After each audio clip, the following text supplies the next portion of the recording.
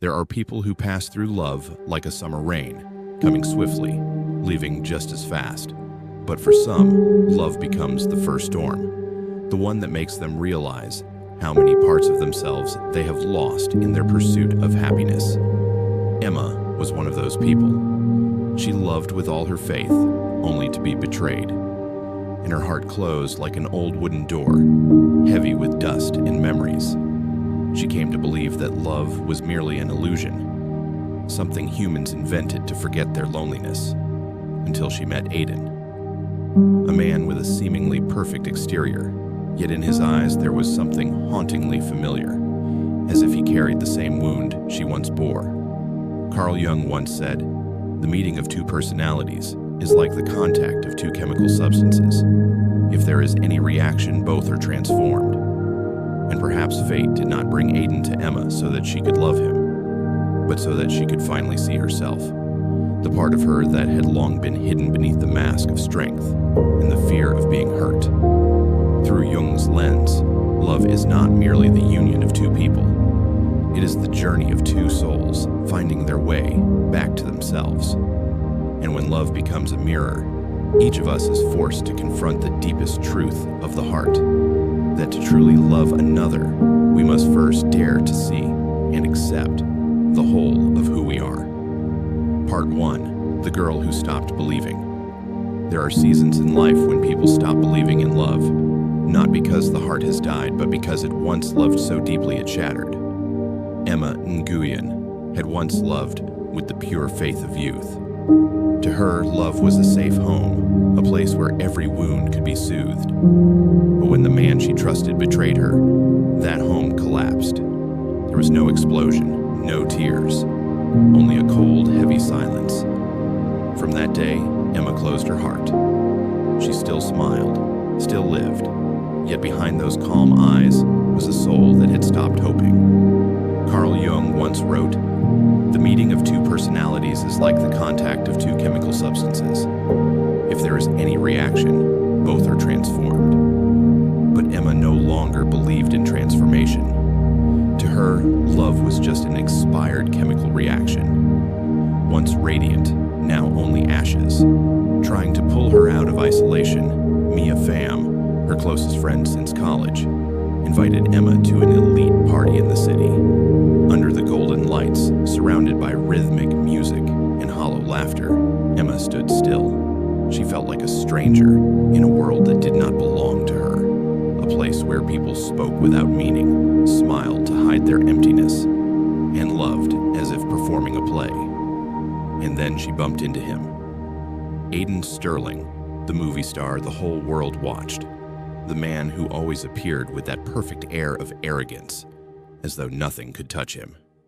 The unexpected collision sent red wine spilling across Aiden's suit. He frowned slightly while Emma, embarrassed but unapologetic, muttered a dry, simple sorry. Their eyes met, not the kind of gaze that makes hearts tremble, but the kind that unsettles you, as if you've just seen a hidden part of yourself you've long avoided. Aiden looked at her with the indifference of someone accustomed to admiration. Emma looked back with the weariness of one who no longer believed in anything. In that instant, neither knew that the seemingly meaningless encounter would mark the beginning of a journey. Not a journey of love, but of healing. Because, as Jung once said, until you make the unconscious conscious, it will direct your life, and you will call it fate. And fate, in the form of an arrogant movie star, had just walked into Emma's life, serving as a mirror reflecting the part of her unconscious she had tried to forget. After that night, Emma couldn't explain why Aiden's image lingered in her mind. She didn't like him. He represented everything she despised: glamour, pretense, distance. Yet sometimes, what irritates us most in others is what we have rejected within ourselves. Jung once wrote, "Everything that irritates us about others can lead us to an understanding of ourselves." Perhaps that was why Emma couldn't shake off that gaze. In Aiden's world, Emma was just an ordinary woman. No fame, no makeup mask, no seductive charm to complement his spotlight. But that very ordinariness unsettled him. In her eyes, there was no admiration, no pity, only silence, deep and real. A silence that made him uneasy, as if she could see through the mask he had worn for far too long. For Jung, love is not merely an emotion. It is the manifestation of anima and animus, the inner feminine and masculine principles of the psyche, constantly seeking union and reflection. When Emma met Aiden, she did not just meet a man, she met her own inner masculine, the confident, assertive part of herself she had rejected after being hurt. And Aiden, through Emma, rediscovered the gentle, empathetic, sincere, feminine essence he had long lost in the world of fame. That night's party was not the beginning of a romance, but a sacred initiation of two forgotten souls. That collision, seemingly accidental, was synchronicity, the meaningful coincidence Jung once described, when the universe arranges two people to meet not to fall in love, but to awaken each other. That night, back at home, Emma sat by the window, gazing down at the city lights. The wind brushed through her hair, carrying echoes of the luxurious party. She still didn't believe in love, yet somewhere deep within, something small had stirred. Not hope, but curiosity.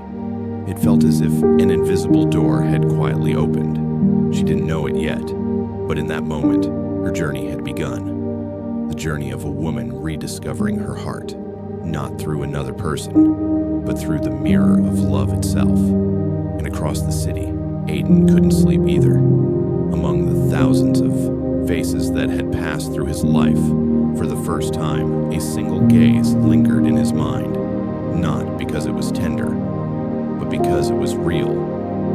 In that gaze, he saw something he had long forgotten, himself, before all the glory began. Love does not always arrive through smiles or attraction. Sometimes it comes through an unexpected collision, a gaze that forces us to stop running from who we truly are. For as Jung said, who looks outside dreams, who looks inside awakes. And that night, though neither realized it yet, both had begun to awaken. Part 2. Unexpected Reunion. There are encounters we believe to be coincidences, but in truth, they are the soul's subtle arrangements.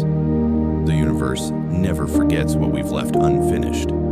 It simply waits for the right moment to make us face the parts of ourselves we've tried to bury. A week after the fateful party, Emma began her internship at Drift Culture magazine. She carried with her a fragile hope that this new job would help her move away from the past and begin another chapter of life. But life, it seems, has its own peculiar sense of humor. On her very first day, the manager handed her a folder with a faint smile. Your first assignment is to film a documentary about Aiden Sterling. The name froze her. Her entire body stiffened in a single breath. Aiden Sterling, the man she had bumped into in a crowd, the one who had looked at her with that cold, disdainful gaze as if she didn't belong in his world. Emma let out a half-bitter laugh, half in disbelief. Was fate toying with her? Then she remembered Carl Jung's words. Until you make the unconscious conscious, it will direct your life and you will call it fate. Perhaps this wasn't a joke at all, but an arrangement by her own soul, yearning for an unfinished conversation. The day they met again, the air was heavy. Aiden entered the studio like an isolated aura, handsome, confident, and utterly distant. When he saw her, he slightly raised an eyebrow. A small gesture, yet enough to bring back the irritation of that night. Emma straightened her back, gripping the camera as if it were a shield. She refused to appear weak. He was a star. She was just an intern. But if he thought his brilliance would blind her, he was mistaken. She looked at him through the lens, not with admiration, but with curiosity, as if trying to understand. And for a moment, Aiden felt uncomfortable. He was used to admiration, not scrutiny. This woman, Emma, seemed unimpressed by his fame, even looking at him as if trying to pierce through the mask to see who he really was. From that instant, a strange energy began to form between them. Not romantic, but charged like two opposite magnetic poles. She found him arrogant. He found her insolent. She thought he was a self-obsessed man starring in his own life. He thought she was a nosy journalist who enjoyed prying into others. Yet beneath their sharp words and brief glances, something deeper was taking shape. A reflection. Jung once said, "Everything that irritates us about others can lead us to an understanding of ourselves." Perhaps the reason Emma was so bothered by Aiden wasn't his arrogance, but the part of herself he mirrored. The part that once believed in passion, once wanted to be seen, but had since been buried beneath layers of fear and pain. And Aiden, when he saw her quiet confidence, recognized something he lacked: freedom. He had everything: fame, money, applause. Yet in her eyes he was nothing but empty. Each time they spoke, it was as though two invisible blades sharpened against each other. Their conversations were crisp, their silences heavy, their glances fleeting but full of meaning. They both thought they were keeping their distance, yet that very distance was the thread drawing their souls closer. During the early days of filming, Emma began to notice what lay beneath Aiden's well-rehearsed smile, an exhaustion that couldn't be hidden. Whenever the camera stopped rolling, he would stare into the distance, not toward the future, but somewhere lost in the past. She wanted to ask why, but didn't. Perhaps because in that gaze she saw herself. The woman who once stood in a crowd, smiling while hiding the emptiness behind her strength. Jung once wrote, "The privilege of a lifetime is to become who you truly are." And perhaps, in some unspoken way, Aiden was living the very life Emma had always feared. A life seen by everyone, except by oneself. One afternoon, when the crew took a break, Emma stayed behind to clean the equipment.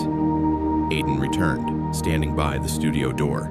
The sunlight streamed through the glass, reflecting their images together.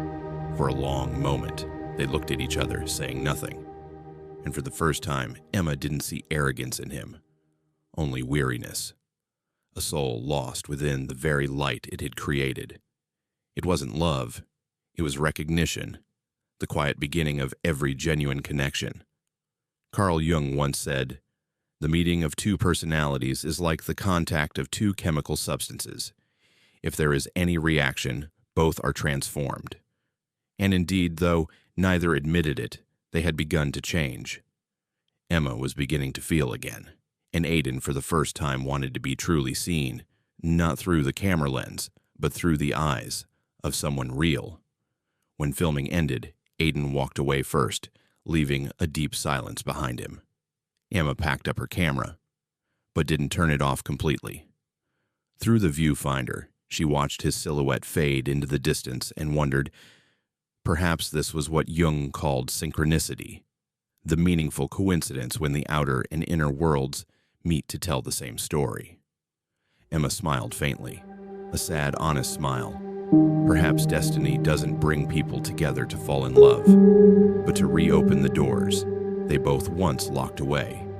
And that door, the door to emotion, to seeing oneself again, had just begun to open. Part 3.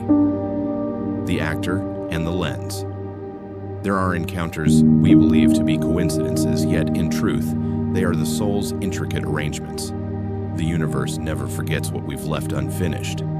It simply waits for the right moment to make us confront the parts of ourselves we've tried to bury. A week after the fateful party, Emma began her internship at Drift Culture magazine. She carried with her a fragile hope that this new job would help her leave the past behind and begin a different chapter of her life. But life, it seems, has a peculiar sense of humor. On her first day, the manager handed her a file with a faint smile. "Your first assignment is to film a documentary about Aiden Sterling." The name froze her. Her whole body tightened in a single breath. Aiden Sterling, the man she had once bumped into in a crowded room, the one who looked at her with cold, contemptuous eyes, as if she were someone who didn't belong in his world. Emma let out a quiet laugh, half ironic, half despairing. Perhaps fate was mocking her. And then she remembered Jung's words. Until you make the unconscious conscious, it will direct your life, and you will call it fate. Perhaps this wasn't a joke at all, but an arrangement by her own soul, longing for an unfinished dialogue. The day they met again, the air was thick with tension. Aiden arrived on set like an isolated halo, beautiful, confident, and entirely distant. When he saw her, he raised an eyebrow, just enough to summon every unpleasant memory of the night they first met. Emma straightened her posture, holding the camera like a shield. She refused to appear weak. He was a movie star. She was only an intern. But if he thought his radiance would blind her, he was wrong. She looked at him through the lens, not with admiration, but with the curiosity of someone trying to understand. And Aiden, for a fleeting moment, felt uneasy. He was used to admiration, not examination. This woman, Emma, seemed untouched by his image, even daring to look at him as if trying to pierce through the mask of the star to find the man beneath. From that moment, a strange current began to flow between them. Not romantic, but magnetic, like two opposite poles. She saw him as arrogant. He saw her as insolent. She thought he was a self-absorbed man starring in his own movie, while he thought she was a nosy journalist who liked to prod at others. Yet beneath their sarcasm, something deeper was taking place. Reflection. Jung once said, "Everything that irritates us about others can lead us to an understanding of ourselves." Perhaps Emma's irritation with Aiden wasn't really about his arrogance, but about the part of herself he awakened. The part that once believed in passion, that once wanted to be seen but had been frozen beneath the ice of fear and hurt. And Aiden, when faced with her calm honesty, saw something he lacked: freedom. He had everything: fame, wealth, applause. Yet in her eyes, he was merely a hollow man. Each time they spoke, it was as though two invisible blades were sharpening against each other. Their words were sharp, their glances brief, their silences heavy with meaning. They both believed they were keeping their distance, but that distance became the thread drawing their souls closer. In the early days of filming, Emma began to notice what lay beneath Aiden's polished smile: a quiet exhaustion. Whenever the camera stopped rolling, he would stare into the distance, not toward the future, but toward some lost place in his past. She wanted to ask, but didn't dare. Perhaps because in that gaze she saw herself, the woman who once smiled among crowds, hiding her emptiness behind strength. Jung once wrote, "The privilege of a lifetime is to become who you truly are." And perhaps, in some way, Aiden was living the life Emma had always feared, the life of someone seen by everyone, except by himself. One afternoon, when the crew took a break, Emma stayed behind to clean the equipment. Aiden returned, standing at the doorway of the studio. Sunlight streamed through the glass, reflecting both of their figures. For a long moment, they looked at each other, saying nothing. And for the first time, Emma didn't see arrogance, only fatigue. A soul lost within the very light it had created. It wasn't love, it was recognition, the silent beginning of every true connection. Carl Jung once said, "The meeting of two personalities is like the contact of two chemical substances. If there's any reaction, both are transformed." And indeed, though neither would admit it, transformation had begun. Emma had started to feel again, and Aiden for the first time wanted to be truly seen, not through a lens, but through the eyes of another human being. When filming ended, Aiden walked away first, leaving behind a heavy silence. Emma packed the camera, but didn't turn it off completely. Through the frame, she watched his figure fade into the distance and wondered, perhaps this was what Jung called synchronicity, the meaningful coincidence where the outer and inner worlds meet to tell the same story. Emma smiled faintly, a sad, honest smile. Perhaps destiny doesn't bring people together to fall in love, but to reopen the doors they both once locked. And that door, the door of emotion, of self-seeing, had just begun to open. Part 4. Rumors and Reality. Rumors at times travel faster than the light of truth, and once they ignite, no one can stop the fire from consuming even the purest of things. One morning, Emma woke to headlines flooding her phone screen.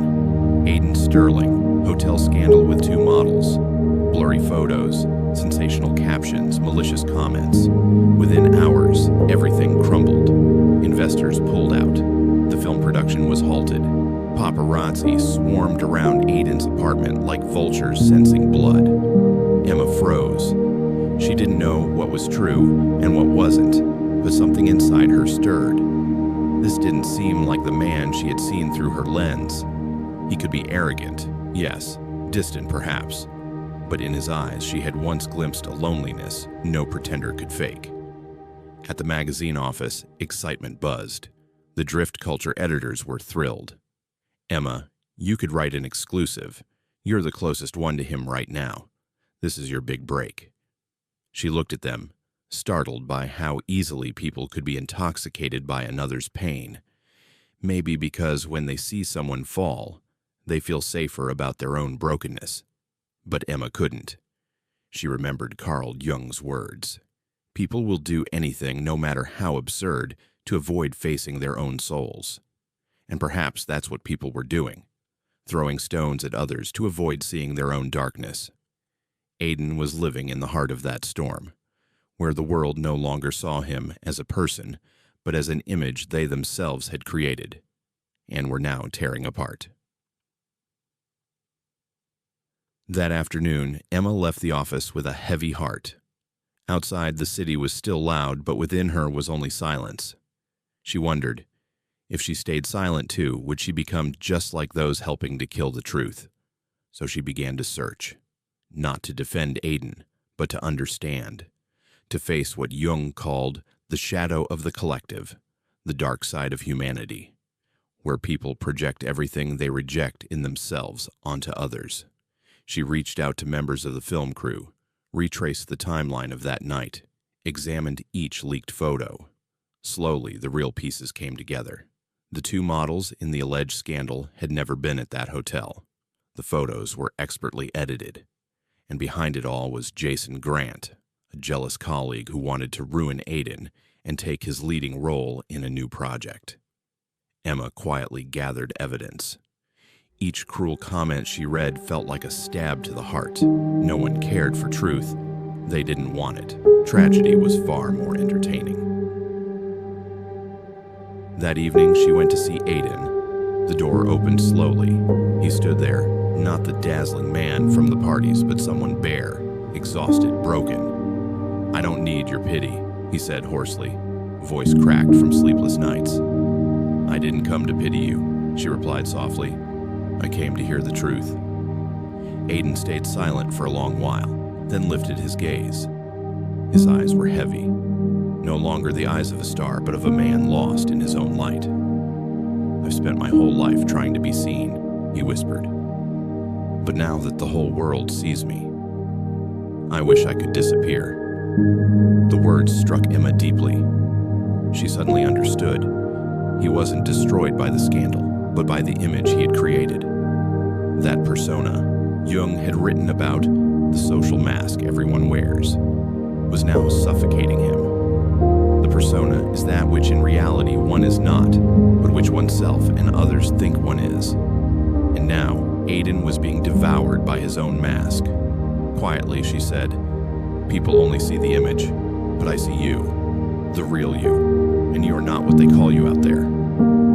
Aiden didn't respond. He simply nodded, as though a part of him, long buried, had just been touched. The party thought had died. The next day, Emma submitted her article to the magazine, but it wasn't a sensational expose. It was a feature titled, "Behind the Fame, the Man the Headlines Forgot." She wrote about Aiden not as a fallen celebrity, but as a human being learning to rise from the ruins of a world that had both built and broken him. Her piece had no accusations, no judgment, only truth and compassion. When it was published, something unexpected happened. People didn't just read, they felt. The tone of the comments began to shift. Some apologized for judging too quickly.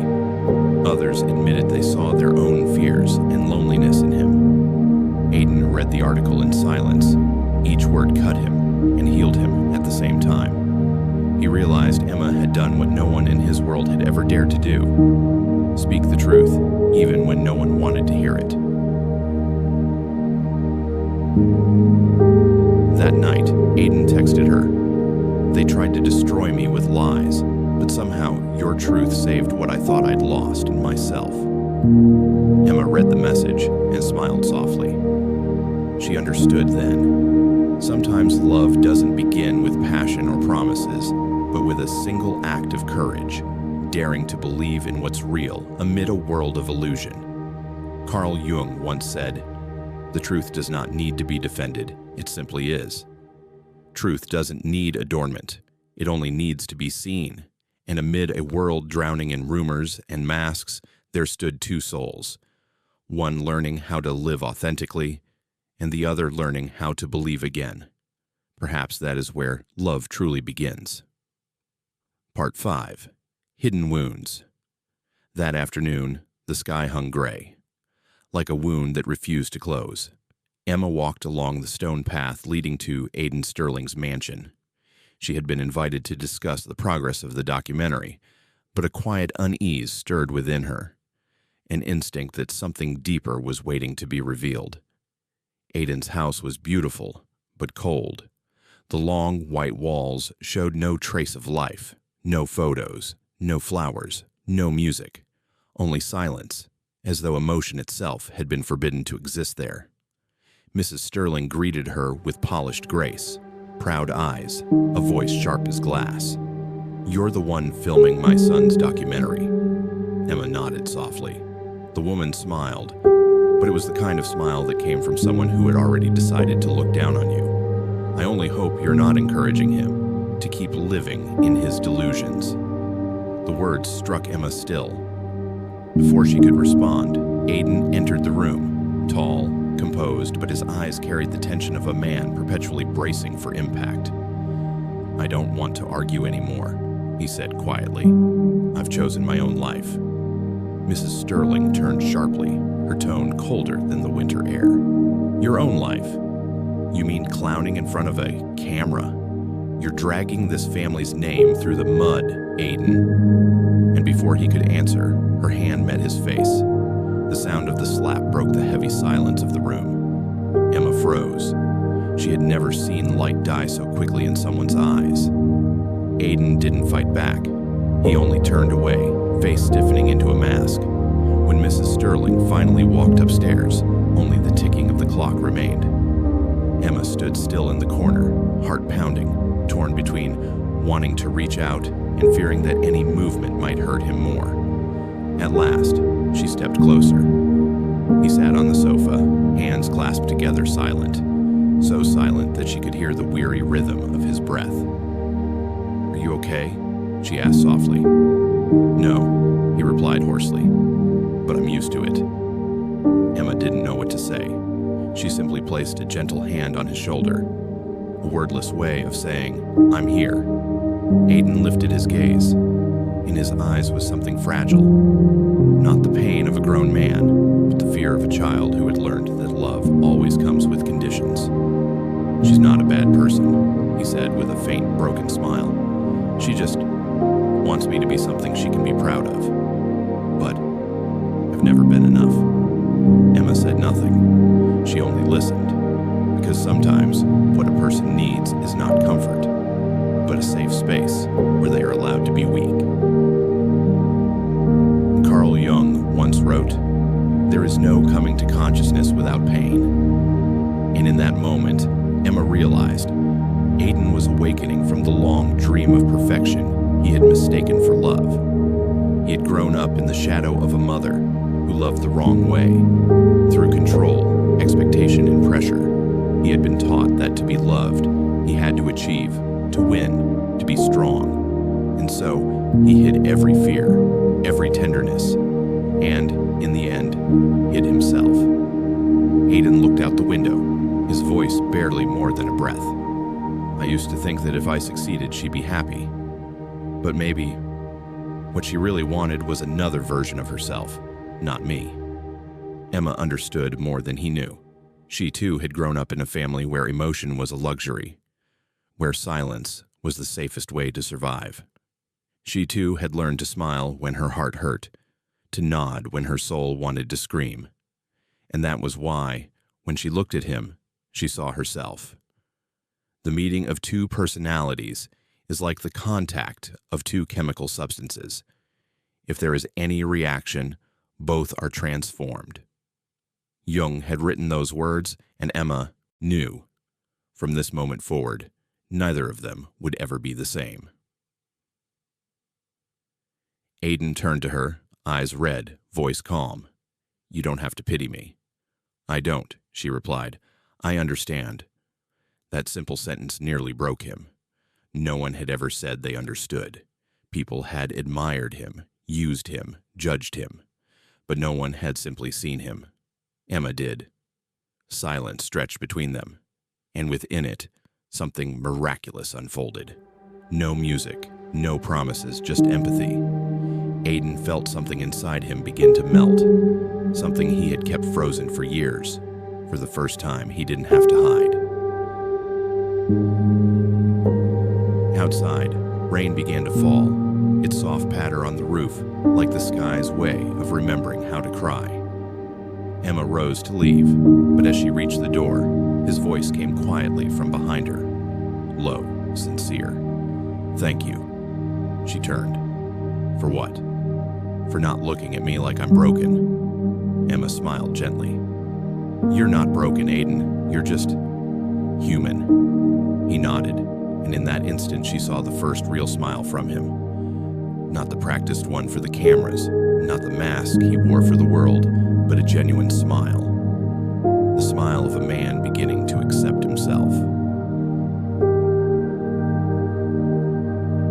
That night, Emma walked home through the rain, her heart light, as if she had passed through a quiet ritual. She realized that healing does not come from trying to forget pain, but from daring to face it, and not running away. In her journal, she wrote, "Healing doesn't mean the wound disappears. It means it no longer defines who we are." Aiden sat alone in the quiet house. He touched his cheek, where the sting of his mother's slap still lingered. Yet strangely, his chest felt warm. Perhaps because, for the first time, he didn't feel alone in his pain. Perhaps because someone had finally seen the part of him he had always hidden and didn't turn away. He picked up his phone and texted Emma. "You didn't say much, but somehow, I feel lighter," she replied, "because sometimes silence understands more than words." And in that moment, they both knew what had blossomed between them was more than emotion. It was a meeting of souls. Two people carrying wounds, once thought untouchable, were now learning to face them together. Not to forget, but to forgive. For as Carl Jung once said, the most terrifying thing is to accept oneself completely. The most frightening thing is not being hurt, but daring to see oneself clearly, with all the cracks, the fragility, and the parts still learning how to love. Part 6, The Confession. That evening, a thin mist hung over the city sky, and golden lights stretched across rain-soaked streets. Aiden Sterling sent Emma a short message. "I'd like to take you to dinner. No work, just an evening." Emma read it several times. She wasn't sure why her heart was beating so fast. Perhaps it was curiosity, perhaps fear, but maybe it was something awakening inside her, a feeling she had long buried deep within. She went. It wasn't the luxurious restaurant she had imagined, but a small, quiet place tucked into a narrow street, where the scent of wood, red wine, and old jazz intertwined into something strangely intimate, warm, melancholic, and real. Aiden was already there, not in his usual expensive suit, but in a simple white shirt with rolled-up sleeves, his hair slightly tousled, his gaze lost in the window light. When he saw her walk in, he smiled, a quiet, unguarded smile without performance or pretense. "I didn't think you'd come." "Neither did I," she replied honestly. They both laughed, and the laughter melted into the small space. as if the world outside had quietly disappeared. Dinner unfolded slowly. They spoke about everything: work, cinema, childhood, and unfinished dreams. At times, Aiden shared a small memory, his eyes shadowed with sadness, and Emma simply listened in silence. It wasn't the silence of distance, but of two souls who understood that some things can only be heard without words. Then he looked at her, a little longer this time. There was something tender, yet profound in his gaze. "Emma," he whispered, "you make me feel real." She lifted her eyes, surprised. "Real?" "Yes. In my world, everything is a performance. Everyone wants something from me, but with you, I don't have to act." She wanted to answer, but her voice caught in her throat. And before reason could interfere, he leaned in and kissed her. No warning, no music, only the hesitant breath of two people who had forgotten how to believe in love. The kiss was gentle, yet enough to silence the entire world around them. When he drew back, they both froze. Neither spoke, only their eyes met, trembling, honest. Emma felt her heart dissolve. Not from romance, but from the realization that this was no illusion. It was real. So real, it scared her. Carl Jung once said, "The meeting of two personalities is like the contact of two chemical substances. If there is any reaction, both are transformed." And in that moment, Emma knew. She and Aiden had both begun to change. Love, in Jungian depth, is not merely attraction between two people. It is reflection. When we meet someone and feel drawn to them, it's because they touch the part of us we have lost.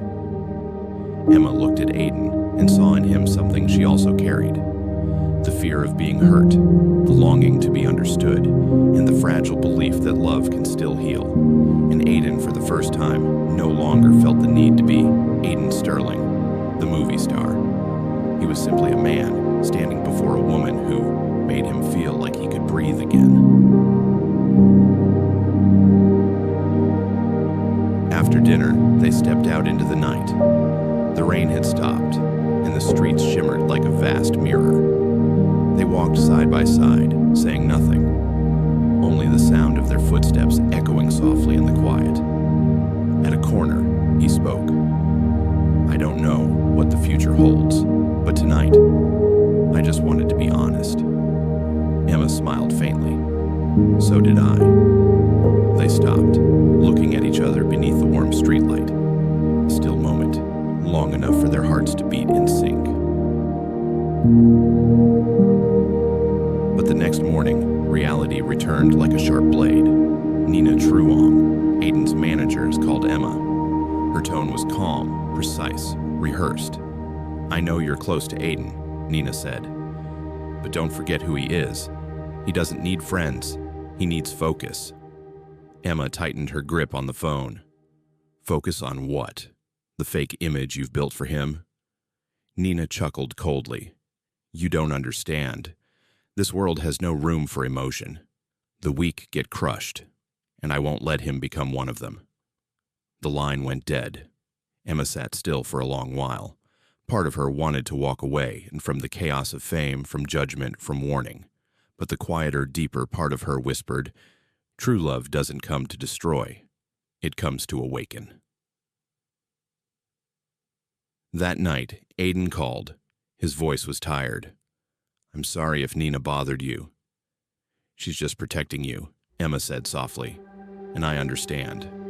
"No, you don't," he sighed. "I've spent my whole life inside walls other people built for me. But when I'm with you for the first time, I want to break them." Emma closed her eyes. A part of her was still afraid. Afraid this fragile bond would shatter under the weight of their world. But deep down, she knew. Some things are worth holding on to, even when you're afraid. Carl Jung once wrote, "Until you make the unconscious conscious, it will direct your life and you will call it fate. Until we face what lies beneath the surface, it will continue to rule us, and we'll call it destiny. Perhaps their destiny wasn't coincidence, but a calling of the soul. Emma had come to reflect the forgotten part of Aiden, and he somehow reminded her that love could still be real. Not perfect, but real. When the call ended, neither spoke for a long time. "Emma," he said quietly, "I don't know what this is, but I know that when I see you, I want to be a better man." She smiled, her voice trembling slightly. "I think that's what true love does, Aiden." Outside, the rain began again, soft, rhythmic.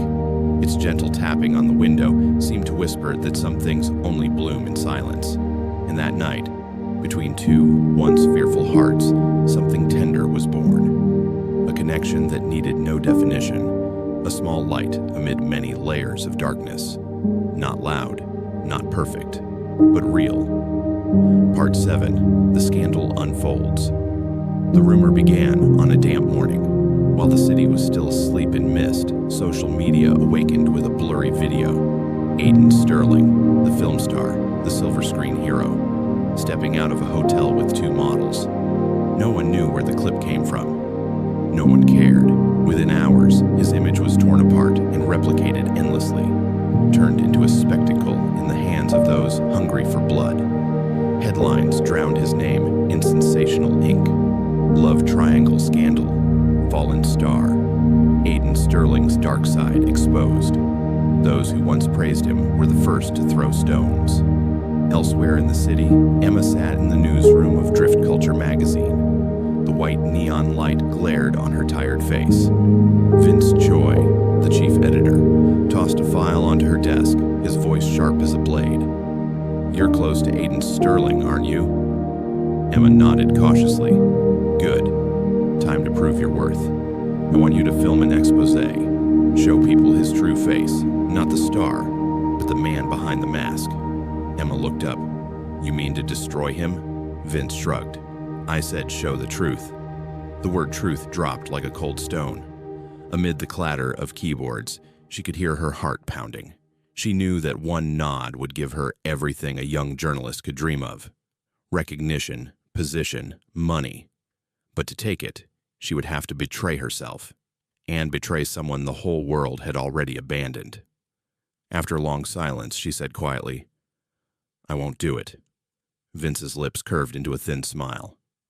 "Fine, but you'll regret it." By late afternoon, rain began to fall. The drops tapped against the window, blending with the faint hum of distant traffic. Emma sat in her small apartment, the laptop screen glowing with headlines about Aiden, each one cutting into her thoughts like a blade. She closed the computer, leaned back against the wall, and shut her eyes. In the dark, she remembered Jung's words from Psychological Reflections. People will do anything, no matter how absurd, to avoid facing their own soul. Perhaps that's what society was doing, blaming, mocking, projecting its darkness onto others because it could not bear to look at its own. And then the doorbell rang. Aiden stood there, drenched from the rain, his hair disheveled, coat soaked, eyes red from sleeplessness. The arrogance of the movie star was gone. All that remained was a man, exhausted, lost, hunted by the storm of public scorn. "I didn't know where else to go," he said, voice raw and trembling. Emma stood still for a long moment. Part of her wanted to close the door, to keep a safe distance between their worlds. But when she saw his eyes, the eyes of someone sinking into darkness, desperate for one person to believe in him, she couldn't. She opened the door. "Come in."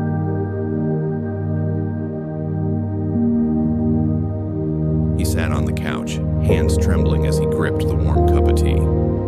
"I've lost everything," he whispered. "Contracts, friends, reputation. No one will even listen." Emma looked at him gently. "Maybe they won't listen, but that doesn't mean you have to stay silent." He laughed bitterly. "You don't get it. Once your image is broken, no one wants the truth. They just need someone to hate." Emma lowered her gaze, her voice calm and steady. I understand more than you think.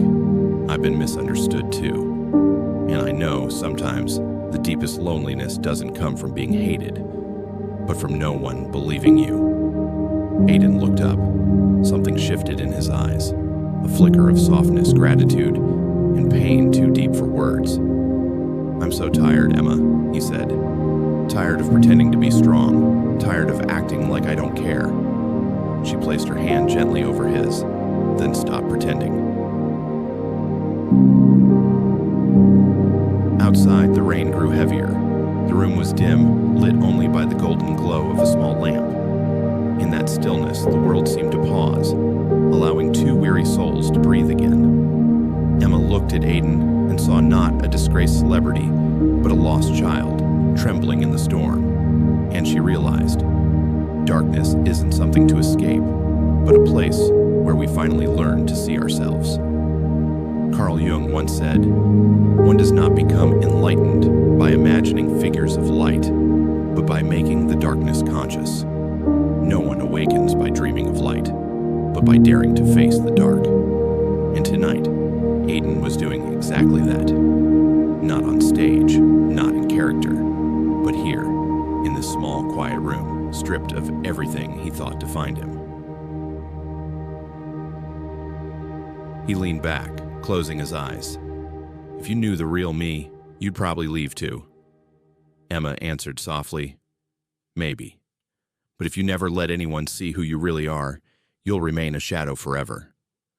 Aiden opened his eyes, meeting hers for a long, silent moment. In that gaze was fear and hope. "Thank you," he whispered, "for not turning away." "Don't thank me," she said gently. "Just be real. Freedom begins there." Or dawn. The rain had stopped. The first light filtered through the window, falling on Aiden's sleeping face. Emma sat quietly, watching him, not with pity, but with deep compassion. In that moment, she understood that true love isn't about saving someone. It's about being there, staying beside them when they no longer believe in themselves. She remembered another line from Jung. "In all chaos, there is a cosmos. In all disorder, a secret order. In every storm, there is hidden order." And, she knew, this chaos hadn't come to destroy him, but to teach him. To teach both of them that only when everything falls apart do we see what was real beneath it all. Emma pulled a light blanket over him and softly turned off the lamp. Outside, dawn rose gently, like forgiveness. In the end, love is not a blinding light. It is a small, quiet flame, still burning in the dark, just bright enough to reveal the true faces of two people learning to believe in each other and in themselves. Part 8, Healing Through Love. They left the city on a clear morning. Neither of them spoke. The road stretched ahead, fading slowly into the soft mist, while behind them, the skyscrapers and thousands of lights that once defined Aiden's world disappeared. Throughout the drive, Emma's hands gripped the wheel, steady and quiet, while Aiden looked out the window, watching as the open fields unfolded like the earth itself was learning to breathe again after a storm. "I'd forgotten the sky could be this blue," he murmured, his voice rough from sleepless nights. Emma smiled faintly, eyes still on the road. The city teaches people to dream of the light, but forgets to teach them how to see it. For the first time in years, Aiden wasn't thinking about cameras, scripts, or the smile he had perfected for the lens. He simply listened to the rustle of wind through the trees, the rhythmic hum of the tires, and the quiet pulse of life returning, gently, slowly, truthfully. Emma's house sat on a small hill. White walls, weathered roof tiles, and a blooming bougainvillea spilling over the porch. When the car stopped, her parents came out. Their smiles held no trace of curiosity or fear toward Aiden's fame. They looked at him simply, like a traveler who had finally found his way home. "Consider this your home," Emma's mother said softly, resting a hand on his shoulder. That evening, They had dinner in the garden under warm golden lights. The scent of grass and damp earth lingered in the air, and laughter wove gently through the night. Aiden felt his chest loosen for the first time in months. He was no longer Aiden Sterling, the movie star. He was simply a man being offered another bowl of rice. Across the table, Emma watched him. His eyes glimmered with something she had never seen before, perhaps gratitude, perhaps peace. And she realized, sometimes we don't need saving. We just need a place where our soul can sit down and stop defending itself. As her night fell, the small bulbs on the porch swayed lightly in the wind. Aiden and Emma sat together in silence, surrounded by the sound of crickets and the faint scent of jasmine drifting through the air. "It's been so long since I felt this calm," Aiden said, his gaze lost on the dim horizon. "Silence," Emma replied with a soft smile, "is the language of the soul. When we're quiet enough, we can finally hear what the heart's been trying to say." He turned toward her, studying her face. Under the mellow light, she looked disarmingly gentle. No makeup, no pretenses, only truth. "Emma," he began hesitantly, "I used to think love made people weak, but sitting here with you, I think it's making me stronger." Her eyes softened. "Maybe that's because you've stopped seeking love in others and started finding it within yourself." Carl Jung once wrote in Modern Man, In Search of a Soul, "The meeting of two personalities is like the contact of two chemical substances. If there is any reaction, both are transformed." And tonight, in Emma's small garden, that transformation was unfolding. Quietly, without drama, between two souls once broken, now learning to trust again. Aiden, who had lived under blinding lights wearing the mask of perfection, was finally allowing his heart to breathe. And Emma, the girl who had shut her heart to avoid being hurt, was slowly opening again, like a small flower after rain. As the wind brushed past, Emma looked at him, her eyes shimmering. "Aiden," she whispered, her voice melting into the night. "I like you." In that instant, everything seemed to stop. The lights above trembled softly, the crickets went silent, and the world shrank to the quiet rhythm of two breaths. Aiden looked at her, a slow, real smile forming on his lips, so warm it seemed to change the very light in his eyes. "Thank you," he said, "for saying what I've been afraid to hear." She tilted her head. "Afraid?" "Yes," he admitted, "because when someone says they like me, I know I'll have to be brave enough to deserve it." If Jung had been there, he might have smiled. Because in every spiritual journey, love is never the end. It is the rebirth. Aiden was entering what Jung called the rebirth of the self, the awakening that follows confrontation with one's shadow. Love wasn't healing him through gentleness, but by forcing him to look inward, to face and accept the fragility he had long denied. Jung once wrote in Collected Works, Volume 10, "Where love rules, there is no will to power, and where power predominates, love is lacking. The one is the shadow of the other. Where love reigns, power dissolves, and where power dominates, love disappears." Here, beneath the golden lights and the summer wind, Aiden was no longer chasing power. He was simply learning to let love teach him how to exist. As the night deepened, they sat in stillness. The silence between them was no longer awkward. It was understanding. Aiden reached out, his fingers brushing against hers. A touch as light as wind, yet it said everything. "I'm ready." In the distance, the last garden light flickered out. Above them, the sky stretched vast and full of stars.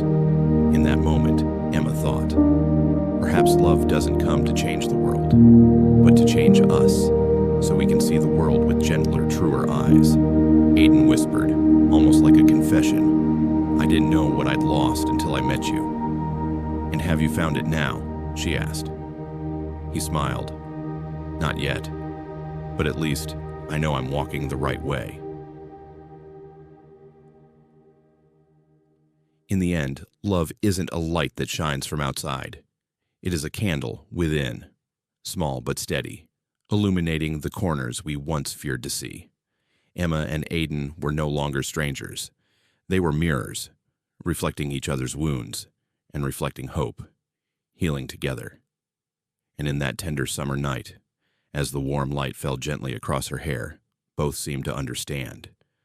Their real journey had only just begun. Part 9. Past Shadows. Autumn returned with winds that carried the first chill of the season. On set, artificial light poured down like a fall sun, while outside, the real sky faded into twilight. Aiden Sterling stood among dozens of crew members adjusting his collar, wearing that familiar smile, the smile of a star. But deep within his eyes, something faltered when Haley Hart walked in. Haley, his ex-lover, now his co-star in the new film. She was beautiful, confident, and her gaze still carried something unsettlingly familiar, something he could not fully ignore.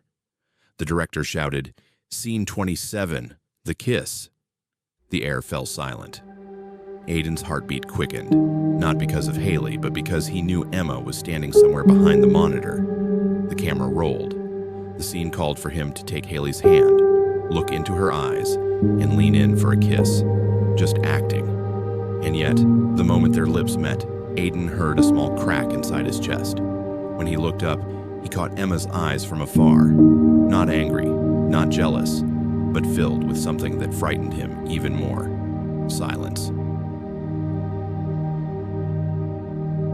When the scene ended, applause broke out. Haley smiled. Emma turned away. Aiden wanted to go after her, but his feet felt nailed to the ground. He had thought he had closed the door on his past, but it still lived within him. Quiet, dormant, like a wound that had never truly healed. Carl Jung once said, "Until you make the unconscious conscious, it will direct your life, and you will call it fate." Perhaps this was his fate. Not the cruelty of destiny, but the unconscious summoning him to face what remained unhealed. That night, Emma sat alone in the editing room. The blue glow of the monitor washed over her face, distant, cold. A knock on the door. She didn't turn, but she knew it was him. "I didn't think you'd avoid me this long," Aiden said, his voice hoarse with fatigue. "I'm not avoiding you," she replied, eyes fixed on the screen. "I just don't want to keep seeing what I saw today." He hesitated before stepping closer. "It was just acting." "I know," she interrupted softly. "But sometimes, Aiden, the heart doesn't understand the language of reason." Silence. Only faint background music filled the room. He sat across from her, lowering his head. "I don't love Haley anymore. I just haven't forgiven myself." Emma turned toward him. That sentence made her look up, her eyes meeting his. "Forgiven yourself for what?" "For the things I did when I was someone else. When I thought love was just another role to play." Outside, the wind slipped through the window frame, stirring the curtains. Emma said nothing, just looked at him for a long while. In her gaze, something softened, not doubt, but compassion. Carl Jung once wrote, "There is no coming to consciousness without pain." Perhaps that was what they were going through, not collapse, but rebirth. The next day, filming continued. Haley walked up to Aiden with her old confident smile, poised, slightly teasing. He smiled back, but this time the smile wasn't a mask. It was calm, steady, untroubled. The camera rolled again. When the director called, "Cut," he didn't turn toward Haley as usual. Instead, he turned to the back, to where Emma stood. Their eyes met, clear, honest, peaceful. He walked toward her and whispered, just for her to hear. "The camera might see her, but my heart only sees you." Emma froze. Those words, simple yet truer than any promise, cut through the noise around them. Because in his eyes, she saw something no camera could ever capture, the sincerity of a man who had stopped running from himself. As the studio lights dimmed, Aiden and Emma left together. They didn't speak, but the silence between them was no longer distance. It was understanding. They both knew true love isn't about finding someone perfect. It's about seeing the darkness in each other and still choosing to stay. Jung once wrote in Memories, Dreams, Reflections, "The privilege of a lifetime is to become who you truly are."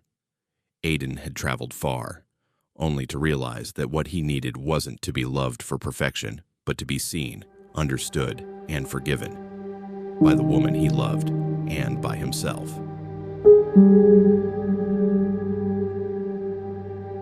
That night, as they walked along a quiet street, Emma stopped and said softly, "You know, Aiden, sometimes love doesn't come to make us happy. It comes to make us real." He smiled, taking her hand. "Then I guess I'm on my way to being more real than ever." They walked on in silence. Above them, the night sky shimmered, stars reflecting softly in the puddles left after rain. Emma looked up and realized their love was like the sky itself. Once stormy, once full of thunder, yet light had always been there, waiting to be seen. In Jung's journey, this was the moment of integration. Aiden had faced his shadow, the ex-lover, the fame, the guilt, the mistakes. And instead of running, he made peace. Emma, too, had faced her own vulnerability, the fear of being replaced, the insecurity of love, and learned to love without possession. Together, they crossed the threshold between ego and soul, past and present, wound and healing. And as Aiden gently tightened his hand around hers, Emma felt what Jung once described in The Archetypes and the Collective Unconscious. The meeting of two personalities is like the contact of two chemical substances. If there is any reaction, both are transformed. The meeting of two souls is a chemical reaction, and when it happens, both are forever changed. Night fell softly like a prayer. Aiden and Emma walked beneath the golden autumn leaves, their breaths mingling with the cool wind. No vows, no promises, just two people, hand in hand, continuing onward. And for the first time in his life, Aiden understood. Love isn't the light that banishes the darkness, but the flame gentle enough to illuminate it. Part 10. Breaking Point. That morning, the city sky was cold and gray, as if covered by a thin mist of something about to shatter. Emma woke to the familiar sound of her phone vibrating endlessly. Messages, emails, headlines in flashing red. Scandal on set. Aiden Sterling's secret lover revealed. Dozens of photos had spread online. Under the backstage lights, Aiden was holding her, a tender moment, an ordinary gesture.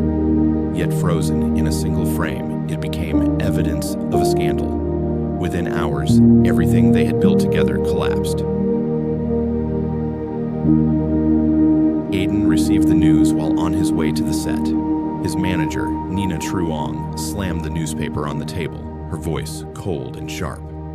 "We need to control the situation. The studio wants you to pretend to get back with Haley to calm the media. It's the only way to save the film." He looked at the paper, his eyes clouded like fog. "Pretend to love my ex?" he asked softly, his voice breaking. Nina didn't hesitate. "Not love. Act. You know how to act better than anyone, don't you?" Aiden fell silent. He had once believed he could play any role, until love made pretending impossible. Carl Jung once said, "The greater the contrast, the deeper the potential. Great energy only comes from a corresponding great tension of opposites. The deeper the conflict, the greater the potential for transformation." And in the chaos of that moment, the cracks in their souls began to widen. Well, that afternoon, Emma arrived at the magazine office. The air was heavy. Vince Choi, the editor-in-chief, placed a newspaper in front of her. "The rumors are exploding. I want you to write an exclusive. Tell the story of Aiden Sterling's secret romance." Emma looked at him, her eyes cold and dry. "He's not a scandal. He's a human being." Vince chuckled. Human beings don't sell papers. She stood up and walked out, her heels striking the hard floor like the heartbeat of pride itself. That night, when Emma returned home, a parcel lay on her doorstep. No sender's name. She opened it. Inside was a black and white photograph, her own image, framed as if for a funeral, with a scrawled line beneath. "He'll bury you before the film even ends." Her hand trembled, not from fear, but from the realization that the darkness had truly arrived. It was no longer gossip or rumor. It was threat made flesh. She sank to the floor, breath unsteady. In that moment, she understood. To love someone in this world is to accept being crushed by it.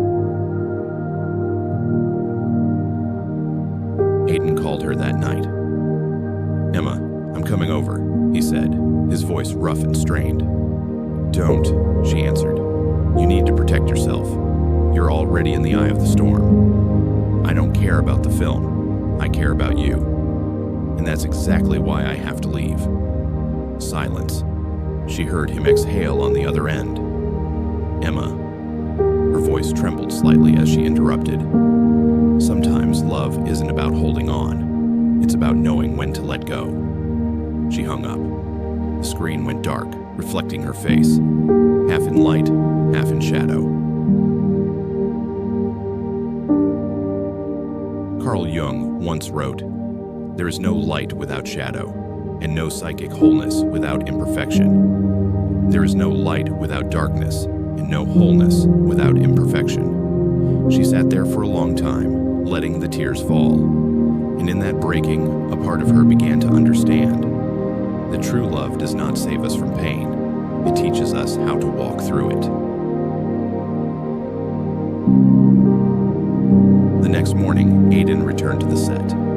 His character in the film was a man pretending to love someone he did not love. Ironically, it was the same role he now had to play in real life. Haley took his hand before the camera, smiling sweetly. Aiden's smile stiffened. His eyes were weary. Outside, hundreds of flashes went off. People shouted his name, their voices echoing hollow. And in his mind, only one line from Jung remained. "Who looks outside dreams. Who looks inside awakes. Those who look outside dream. Those who look inside awaken." And he realized, for years, he had been living inside someone else's dream. Now that Emma was gone, he had no choice but to wake up. Meanwhile, Emma sat by the window of a train leaving the city. Darkness passed outside the glass, reflecting her face. Blurred, fragile, yet strangely calm. Her fingers touched the silver bracelet Aiden once gave her, engraved with the words, "To see and to be seen." Her eyes slowly closed. She knew this love had not died. It had transformed from something romantic into something sacred, from the personal into a deeper understanding of the human soul. Carl Jung once wrote, "The most terrifying thing is to accept oneself completely." And Emma knew she could never truly love another until she no longer feared her own shadow. Elsewhere, Aiden sat on his balcony staring at the city drenched in lights.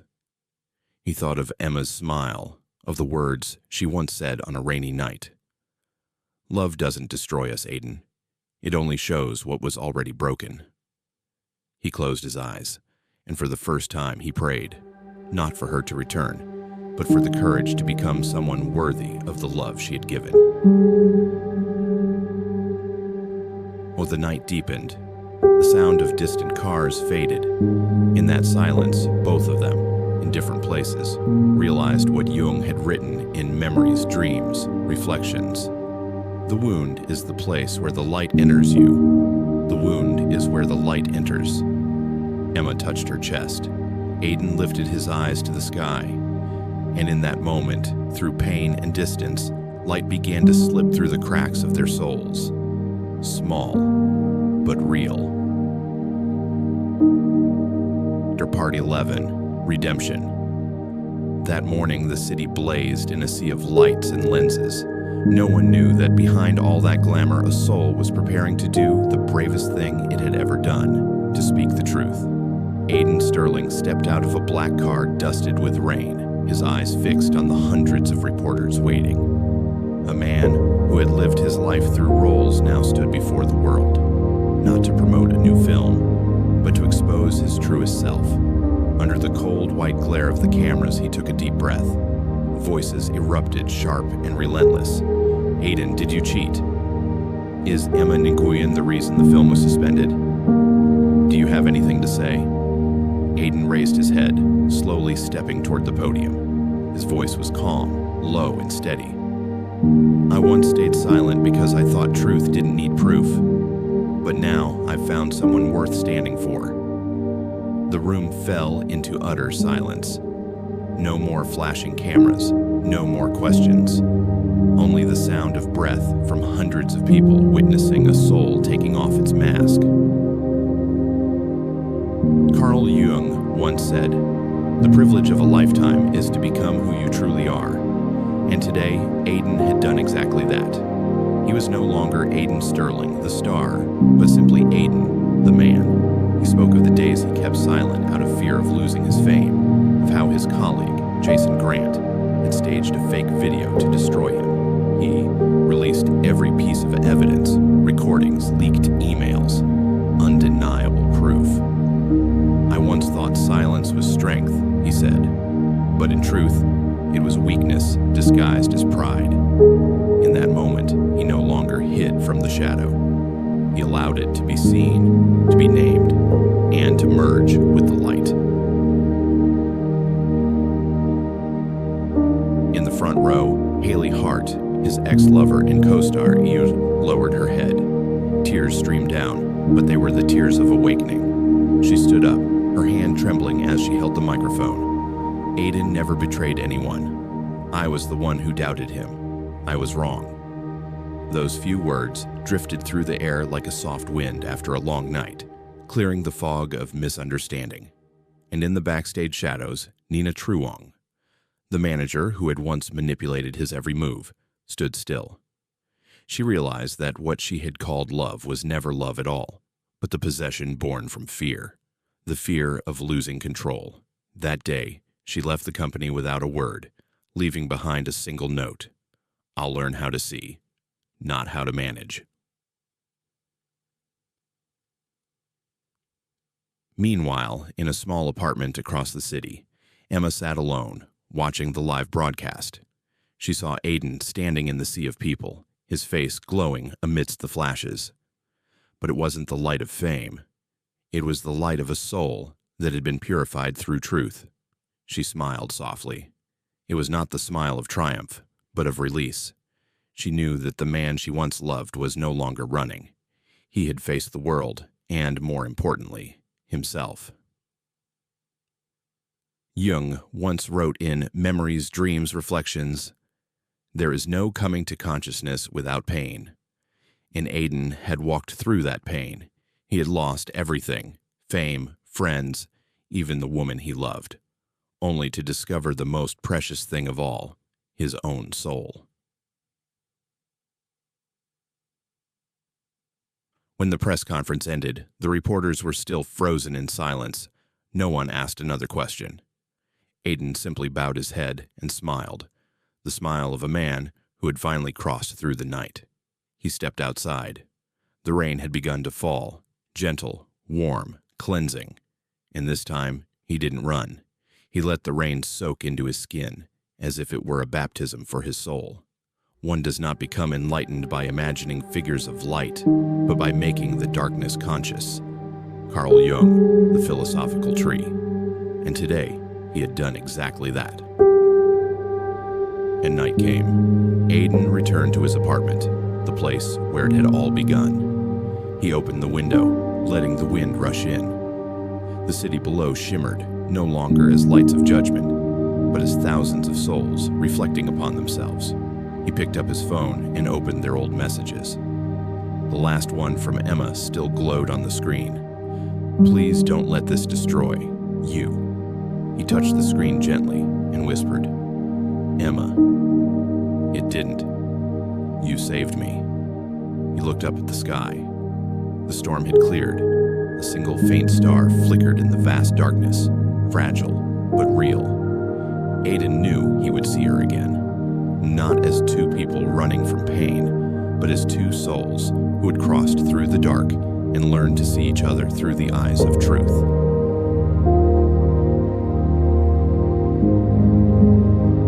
Part 11 ends not in victory but in awakening. It is no longer a battle of right and wrong, but a journey of a human being transcending the ego to become whole. And as Aiden walked out of the hall, he smiled one last time. That smile carried the truth of Jung's words. In all chaos, there is a cosmos. In all disorder, a secret order. Within every chaos, there is an order. Within every collapse, the seed of rebirth. That is true redemption, not the forgiveness of the world, but the deep reconciliation with one's own soul. And when the camera lights went dark, the different light began to shine from within him, warm, steady, and real, like the man he had finally found the courage to become. Part 12. The light behind the fame. Snow began to fall that afternoon. Tiny fragile flakes descended quietly onto rooftops, melting under the streetlights.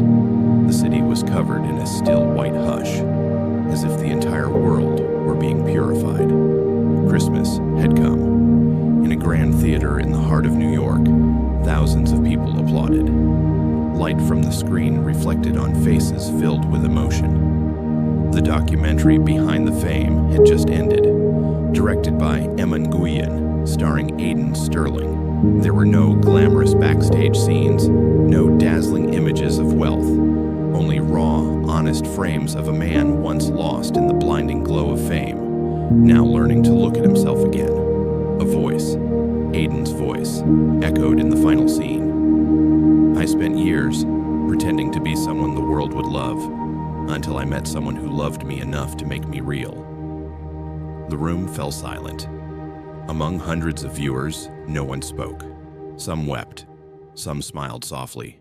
Someone even turned off their phone, as if afraid to break the sacred stillness of that moment. In the back row, Emma sat still. Her hair fell gently across her face, her eyes glimmering under the faint reflected light. She didn't cry, she simply breathed, a quiet breath of someone who had survived the storm and was now touching peace. Outside, snow continued to fall, and somewhere out there, among the glowing streets, Aiden was walking. He didn't attend the premiere, nor the awards ceremony. The press was shouting his name. Rumors said he would win Best Documentary Performance. But Aiden had chosen another path, one that didn't lead to a stage, but to a heart. He drove through familiar streets lined with Christmas lights in every window. Then he stopped in front of a small house, its windows still glowing warmly. Inside, Emma was arranging Christmas cards sent from the film crew. A soft knock echoed on the door. She opened it. Cold wind rushed in, carrying the scent of snow and pine wood. Standing there was Aiden, no suit, no hat, just a man with gentle eyes and trembling hands chilled by the winter air. "Shouldn't you be at the awards ceremony?" she asked, surprised. Aiden smiled faintly. "The trophies can wait." Then, pulling a small velvet box from his coat, he knelt on the snowy porch. "Emma Nguyen, will you marry me?" At that moment, time stopped. The wind stilled. The snow ceased to fall. Only two souls remained, no longer divided between light and shadow, between fame and the ordinary. Emma covered her mouth, tears glistening like snowflakes in her hair. She nodded, her voice trembling. "Yes, Aiden, always." Aiden rose and wrapped her in his arms. They laughed as church bells rang faintly in the distance. The warm light from inside spilled through the window, casting their entwined silhouettes upon the white snow. No cameras captured it, no headlines followed. Only the universe bore witness, and love became the mirror reflecting their souls. After all the chaos, Aiden had finally learned what he once could not understand, that light is not something you stand under. It's something you find within. Carl Jung once wrote, "As far as we can discern, the sole purpose of human existence is to kindle a light in the darkness of mere being." Aiden had found that light, not through awards, not through applause, but through the woman who dared to see the man hidden beneath the spotlight. After she said yes, they sat by the fireplace, the crackling wood filling the silence between their heartbeats. Emma rested her head on his shoulder, and Aiden whispered, "I've stood on every stage, but this is the first time I've ever felt alive." She looked at him and replied softly, "Because this time, you're not acting." They both laughed, a quiet laughter that carried far into the stillness of Christmas night. Outside, the snow kept falling. On the wall, the TV replayed clips from the award ceremony. They called Aiden Sterling's name, but he wasn't there. Someone else accepted the trophy on his behalf. Yet no one knew that the star had already found his true light, not the light of cameras, but the light of a healed soul.